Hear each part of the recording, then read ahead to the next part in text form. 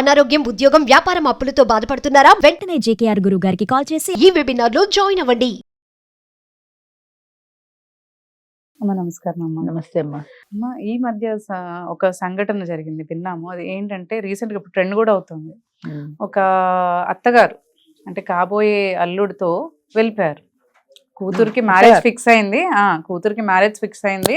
So తన కూతురుతో ఆ అబ్బాయితో మ్యారేజ్ ఫిక్స్ అయింది. పెళ్ళి ఒక 4-5 రోజులు ఉంది అంతే.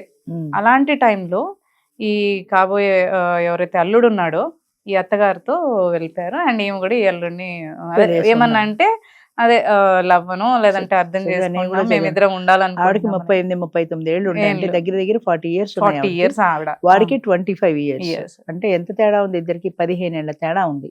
ఒకప్పుడు మనం చూసుకున్నట్లయితే అత్త అల్లుడు రిలేషన్షిప్ ఒక అమ్మ కొడుకు లాగా అలాగే ఉండేది. అలాగే కొన్నిసార్లు మనం చూస్తే ఊర్లలో కూడా రెస్పెక్ట్ ఉంటది. అల్లుడు వస్తున్నాడు రూమ్ లోకి అంటేనే వీళ్ళు వేరే రూమ్ లోకి వెళ్ళిపోవడము, అలా దూరంగా ఉండి మాట్లాడడము అన్ని చూసేవాళ్ళు. అలాంటిది ఇలా చేస్తున్నారు. సమాజం ఎలా? అదే చెప్తున్నా, ప్రతిదానికి ఇవన్నీ సెక్స్ తో ముడిపడి ఉన్నాయి. ఇప్పుడు ఆమెది చదివా నేను, ఏంటది, భర్త తాగొచ్చి కొడతాడో ఏదో చెప్పింది. భర్త తాగి ప్రపంచంలో 180 మంది తాగొచ్చి కొట్టేవాళ్ళు ఉన్నారు. అంత మాత్రాన్ని ఈ అల్లుడు దొరకముందు ఏం చేసావు? వీడితో వెళ్ళిపోవాలి, వీడు దొరికే కదా నిర్ణయించుకున్నావు. నీ కూతురికి భర్తగా ఉండవలసిన వాడితో అసలు వాడెలా ఒప్పుకున్నాడు? అదే కదా. వాడికి యంగ్గా ఉన్న అమ్మాయితో పెళ్లి చేస్తామంటే అది కాదని 40 ఏళ్ళ ఆడదాంతో, దట్టు పిల్లల తల్లితో వాడు ఏం సాటిస్ఫై అవ్వాలనుకున్నాడు? ఏం ఆనందం? ఈ పెర్వర్షన్ ఎందుకు వస్తుంది మనుషుల్లో?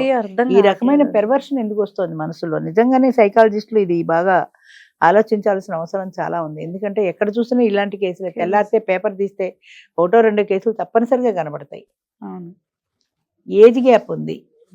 వాళ్ళ రిలేషన్, నీ బిడ్డని ఇచ్చి పెళ్లి చేస్తున్నావు అంటే అల్లుడు అంటే కొడుకుతో సమానం, మరిదంటే కొడుకుతో సమానం. పోనీ ఆ అబ్బాయి అలా ఉన్నా కానీ పెద్ద ఆవిడ ఏమొక ఆలోచన ఉండాలి, నా కూతురికి ఒక మంచి హస్బెండ్ దొరుకుతున్నాడు అని అనుకోవాలి కదా. అన్ని విధాలుగా పాడి చేస్తుంది కదా. పెళ్లి చేసుకొని భర్త కావాల్సిన కూతురు కాపురం చెడగొట్టి, దాని పెళ్లి చెడగొట్టి దాని రిలేషన్ పెట్టుకోవాలనుకుంటుందంటే అది ఏం తల్లి అసలు? అదే కదా. అది చెప్పలేమ్మా. తల్లి అనే మాటకి అర్థమే మారిపోయింది. ఇక్కడ కూడా మళ్ళీ అదే వస్తుంది. ఎవరైతే తల్లి పిల్లలు బాగు కోరాలో, ఆ పిల్లల కోసం మంచి చూడాలి అని అనుకునే వాళ్ళు నా కూతురుకు ఒక మంచి భర్త వస్తున్నాడు అని అనుకోవట్లేదు, నాకు ఆ పర్సన్ కావాలని కోరుకుంటున్నారు. అదే అంటే ఇప్పుడు నిజంగా రేపు పొద్దున పెళ్లి అయినా కూడా, పెళ్లి అయిపోయింది అనుకో, అయిపోయాక ఈవిడ అల్లుడితో రిలేషన్ పెట్టుకుంటే ఆ కూతురు కాపురం ఏమవ్వాలి? అసలు ఎందుకు ఇలా మారిపోతున్నారు? ఎందుకు ఇంత పెర్వర్షన్ వస్తుంది జనాల్లో? ఎందుకు ఇంత పెర్వర్టెడ్ అయిపోతున్నారు? వాడెలా 25 ఏళ్ళ వాడు 15 ఏళ్ల తేడా ఉన్న అత్తగారిని చేసుకోవాలనుకున్నాడు. అదే కదా. ఈ పిల్లలు ఎంత బతిమాలినా సరే ససేమిరా నేను వాడినే చేసుకుంటాను, వెళ్ళిపోతాను అంటుంది. అంటే ఏ ధీమాతో? వాడు ఎంతవరకు నిన్ను చూస్తాడన్న ఆలోచన ఎందుకు ఉండట్లా? వాడు 15 ఏళ్ల వయసు వారం ఉన్న వాడితో నువ్వు రిలేషన్ పెట్టుకుంటున్నావు. వాడు ఏదో నిన్ను కొన్నాళ్ళు వాడుకొని వదిలేస్తే ఏం చేస్తావు? ఇంకో 10 years అయితే మాకు 50 years వచ్చేస్తాయి. మెనోపాజ్ స్టేజ్ దాటిపోతుంది. అప్పుడు 30 years ఉంటాడో ఏదో ఉంటాడు. అదే, అది ఎందుకు అనిపించట్లా? అందులో ముస్లిమ్స్ వాళ్ళకి తలాకు తేలికే, ఇంకో పెళ్లి చేసుకోవడం కూడా తేలికే. అది చాలా పెర్వర్షన్ వస్తుందమ్మా. ముఖ్యంగా ఆడవాళ్ళలో గమనిస్తున్నాము ఇది. ఇలాంటి పెర్వర్షన్కి మరి సైకాలజిస్టులు పూనుకుంటే కానీ ఇది రాదు. ఎందుకని ఇలాంటి మార్పు వస్తుంది సొసైటీలో? ఇంత పెర్వర్టెడ్ ఎందుకు అయిపోతున్నారు ఆడవాళ్ళు? ఇంత మోజు ఎందుకు చూపిస్తున్నారు మగవాడి మీద? అంటే తనకంటే వయసులో చిన్నవాడి మీద, ముఖ్యంగా 15 ఏళ్ళు చిన్న, 1-2 కాదు. తన సొంత కూతుర్నిచ్చి పెళ్లి చేయాలనుకున్నప్పుడు కూడా కూతుర్ని పక్కన పెట్టేసి ఆ స్థానాల్లో తనొచ్చి అది ఆక్రమిస్తోంది అంటే వాడి భార్య స్థానాన్ని ఏ రకమైన ఉద్దేశంతో ఆక్రమిస్తోంది? అసలు దీనికి మూల కారణం ఏంటి? అమ్మాయి ఇంతలాగా 40 years వస్తూ ఇంకా వాడిని నేను చేసుకుంటాను అందంటే ఆమెలో ఎలాంటి కోరికలు ఉన్నాయి? అంటే ఒకప్పుడు వీళ్ళేమనుకుంటారు వాళ్ళేమనుకుంటారు అనే అది కూడా తెగించేశారు మొత్తం. సొసైటీ భయం ఎప్పుడో పోయింది. ఎప్పుడూ లేదు సొసైటీ భయం, లేదు అసలు మనుషులకు. అంతే. ఇవాళ ఆనందమే ఆనందం. వాడితో ఎన్నాళ్ళు ఉంటావు నువ్వు? ఏదో ఒక రోజున గిల్ట్ ఫీల్ అవ్వా? నీ కూతురికి కావాల్సిన వాడిని నేను ట్రాప్ చేశానని అనిపించదా? రేపొద్దున వాడికి ఏదైనా తేడా వస్తే హాయిగా నీ కూతురు పెళ్లి చేసుకుంటే సుఖంగా ఉందో, ముసలిదాన్ని నిన్ను చేసుకున్నానని వాడు అనొచ్చు కదా. అవి ఖచ్చితంగా అవి సక్సెస్ కావు. ఎందుకంటే ఏదో ఒక రోజున తేడా ఖచ్చితంగా వస్తుంది. అప్పుడు ఒకళ్ళనొకళ్ళు చెప్పుకుంటారు, విడిపోతారు. ఇలాంటి రిలేషన్స్ ఎప్పుడు నిలబడవమ్మా. సొసైటీలో అది ఆ సోషల్ యాక్సెప్టెన్స్ ఉన్న రిలేషను, లేదా వాళ్ళంత స్ట్రాంగ్గా ఉన్న రిలేషన్స్ తప్ప ఇలాంటి ఏజ్ గ్యాప్ ఉన్నవి, యంగ్ పెళ్లి కొడుకులు, ఇలాంటి రిలేషన్స్ పెట్టుకున్న వాళ్ళు, లేదా పెళ్ళయి మ్యారిటల్ పెళ్ళి, అఫైర్, ఎక్స్ట్రా మ్యారిటల్ అఫైర్ పెట్టుకుని వాడితో వెళ్ళిపోయిన వాళ్ళు, పిల్లల్ని చంపేసిన వాళ్ళు, వీళ్ళంతా పెర్వర్టెడ్ పీపులే. అంటే అది శాశ్వతమైన రిలేషన్స్ వదులుకొని టెంపరీ రిలేషన్ వెనకాల పరిగెడుతున్నారు. అంచేత అది ఎప్పుడూ శాశ్వతంగా నిలబడవు. అలాంటివి ఏమైనా అలాంటి కొన్నాళ్ళు పోతే అలాంటి పాఠాలు వస్తాయి. అంటే ఇప్పుడు ఎవరైతే ఇప్పుడు వెళ్ళిపోతున్నారో 5 ఏళ్ళ 10 ఏళ్ళ తర్వాత వాళ్ళు పొమ్మన్నప్పుడు మళ్ళీ అలాంటివి కూడా మనం వింటాం. వాళ్ళు 10 ఏళ్ల కిందట ఇలా పెళ్లి చేసుకున్నారు, ఇలా అనుకున్నారు, ఇప్పుడు పట్టలేదు, ఇప్పుడు వెళ్ళిపోవాలి అనుకుంటున్నారు. అంచేత ఇదంతా పెర్వర్షన్ తప్ప ఏది కాదు. మానసికమైన బలహీనత, మానసికమైన రుగ్మత కూడా అనుకోవచ్చేమో దీన్ని.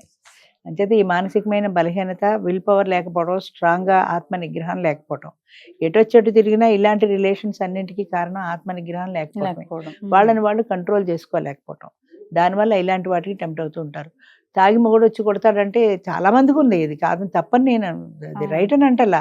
అంత మాత్రాన నీ మ్యారిటల్ రిలేషన్ ఎలా తెంపుకుంటావు, కొత్త వాడితో ఎలా పెట్టుకుంటావు, దట్టు తనకంటే 15 ఏళ్ళు చిన్నవాడితో. అసలు ఈ అబ్బాయికైనా అసలు thought అన్నిటికీ అట్లా మించి అసలు వాడిని చూస్తే నీకు వాడు భర్త, వాడు మగవాడన్న ఆలోచన ఎలా వస్తుంది? వస్తుంది.